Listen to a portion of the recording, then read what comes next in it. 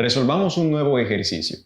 Nos dice, el símbolo valor absoluto representa la, tenemos que llenar este espacio del número x. Si x no es 0, entonces el signo valor absoluto de x es siempre, tenemos que llenar un nuevo espacio. Para poder resolver este ejercicio en particular, tenemos que tener muy presente, muy en cuenta la definición de valor absoluto de un número real.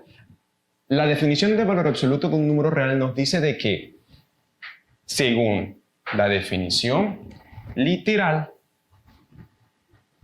el valor absoluto de un número real, llamémoslo A,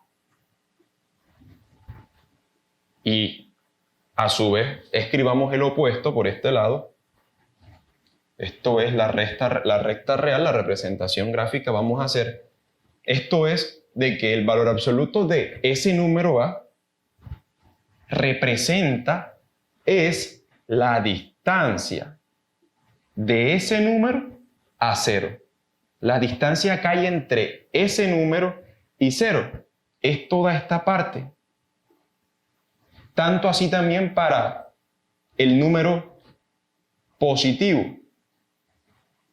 Es la distancia entre ese número y 0. ¿Y cómo es la distancia entre esos dos números? El valor absoluto de ese número A, que lo hemos considerado con anticipación real, es siempre positiva. Desde ese punto de vista gráfico. Desde el punto de vista de la definición de valor absoluto, tenemos que se define la función valor absoluto como sigue. Toma la forma de A siempre y cuando A sea mayor o igual a 0. Y toma la forma de menos A siempre y cuando ese A sea menor que 0. Es por eso que el valor absoluto de cualquier número real nos dará siempre positivo, siempre y cuando ese número real no sea 0, porque si es 0, entonces será el valor absoluto igual a 0, según la definición de la función valor absoluto. Entonces, teniendo eso en cuenta, teniendo eso presente, teniendo eso claro, podemos decir de que el símbolo valor absoluto de x representa la distancia que hay entre ese número x a 0. La distancia que hay entre ese número a 0. Entonces ponemos acá la distancia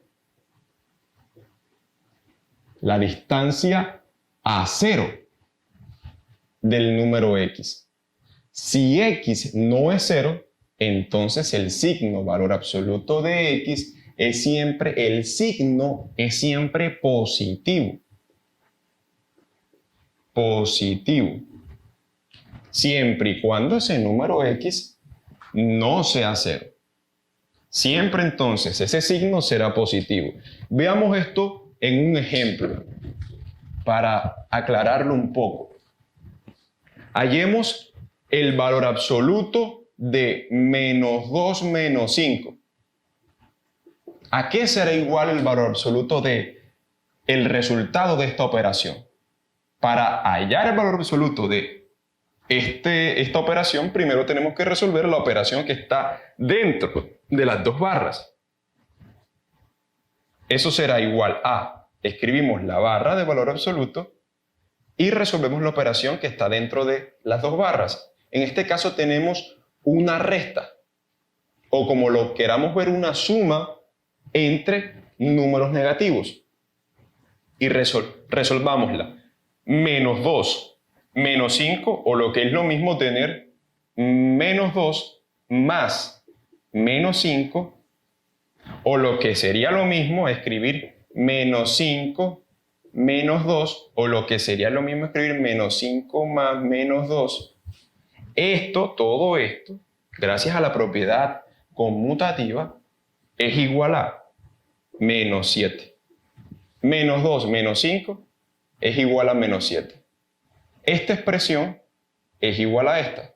El valor absoluto de menos 2 menos 5 es igual al valor absoluto de menos 7. Y esto a su vez es igual a, tenemos el valor absoluto de un número que es menor que 0.